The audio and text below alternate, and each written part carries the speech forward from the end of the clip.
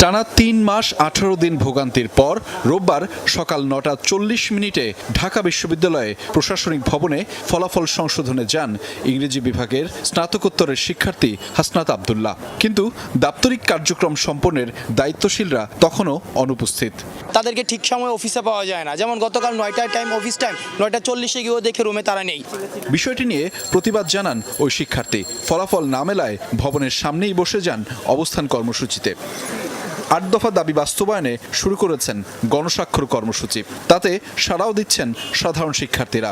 একটি anti administrative harassment sell গঠন করতে হবে, প্রত্যেকটা রুমে পর্যাপ্ত সিসিটিভি ক্যামেরা নিশ্চিত করতে হবে এবং একটা ডিজিটাল ডিসপ্লে বোর্ড স্থাপন করে দিতে হবে। সার্টিফিকেট তোলার মতো নর্মাল একটা কাজেও যদি একটা ঢাকা বিশ্ববিদ্যালয়ের একজন শিক্ষার্থীকে দিনের পর দিন ঘুরতে হয়, তাহলে তো এটা হলো না। আমরা যখন আমাদের সমস্যাটা ব্যাখ্যা করি তখন তারা আমাদের কথা শুনেন না। দিনের পর দিন শিক্ষার্থীদের সাথে অসৌজন্যমূলক আচরণ, দাপ্তরিক কাজের দীর্ঘসূত্রতা, হয়রানি বন্ধ ও ডিজিটাল যুগে সনাতনী পদ্ধতি বন্ধের দাবি শিক্ষার্থীদের। আজকে থেকে ২০, ৩০, ৪০ বছর আগে যে সমস্যাগুলো ছিল, যে প্রসেসগুলো ছিল কোনো একটি কাজ করার, আজকে ২০২২ সালে দাঁড়িয়েও আমাদের সেই প্রসেসেই করতে হয়। সকালে আসছেন ৯টার সময়, বলবে ভাই লাঞ্চের পরে আসেন। 10টার সময় লাঞ্চের পরে আসেন। দুপুরবেলা আসেন, লাঞ্চের পরে আসেন।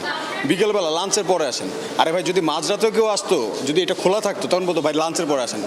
বিষয়গুলো অবগত আছেন বিশ্ববিদ্যালয়ের উপাচার্য।